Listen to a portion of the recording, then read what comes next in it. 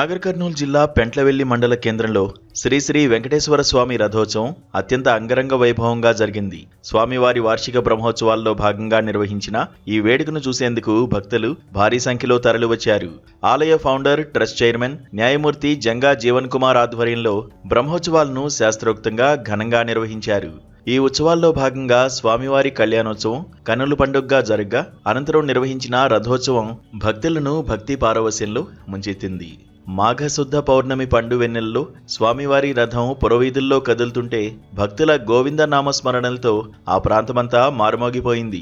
భక్తి శ్రద్ధలతో సాగిన ఈ ఊరేగింపు పెంట్లవెల్లి గ్రామ వీధుల్లో ఆధ్యాత్మిక వాతావరణాన్ని నింపింది.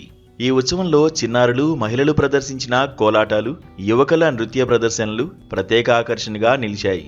భక్తులు, గ్రామస్తులు, యువకులు స్వామివారి రథాన్ని లాగడానికి భారీగా తరలివచ్చి ఒకరితో ఒకరు పోటీపడ్డారు.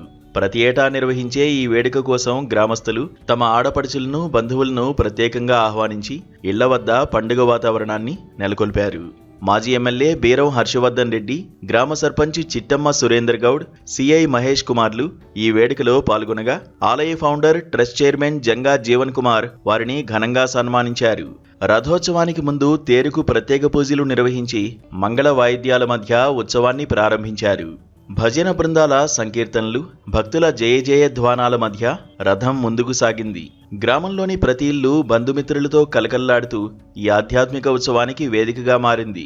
రథోత్సవం సందర్భంగా ఎటువంటి అవాంఛనీయ సంఘటనలు జరగకుండా పోలీసులు గట్టి బందోబస్తు ఏర్పాటు చేశారు. సిఐ మహేష్ కుమార్ నేతృత్వంలో ట్రాఫిక్ ఇబ్బందులు కలగకుండా జనసందోహాన్ని నియంత్రిస్తూ పగడ్బందీగా రక్షణ చర్యలు చేపట్టారు.